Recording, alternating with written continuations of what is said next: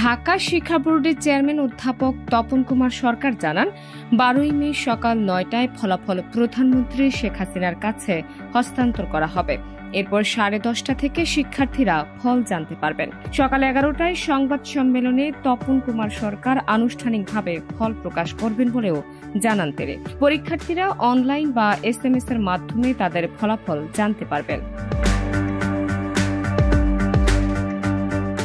Mobile ফোনের message অপশনে গিয়ে SSC লিখে স্পেস দিয়ে, বোর্ডের নামের প্রথম 3 অক্ষর লিখে স্পেস দিয়ে, রোল নম্বর লিখে আবার স্পেস দিয়ে পাশের বছর লিখে পাঠাতে হবে 16222 নম্বরে। শিক্ষা মন্ত্রণালয়ের তথ্য অনুযায়ী এবছর মোট 20,72,163 শিক্ষার্থী পরীক্ষায় অংশ নেওয়ার কথা। তাদের মধ্যে 10,21,197 জন ছাত্র ও 10,50,966 জন ছাত্রী। শিক্ষার্থীদের মধ্যে 16,49,275 জন সাধারণ শিক্ষা বোর্ড, 2,95,121 জন মাদ্রাসা শিক্ষা বোর্ড ও 1,27,767 জন কারিগরি শিক্ষা বোর্ডের।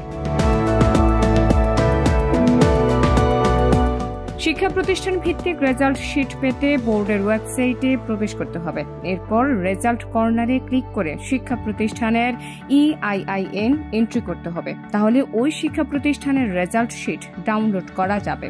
গত 15ই ফেব্রুয়ারি শুরু হয়েছিল SSC ও সমমানের পরীক্ষা। সাধারণত পরীক্ষা শেষ হওয়ার 60 দিনের মধ্যে ফলাফল প্রকাশের রেওয়াজ রয়েছে।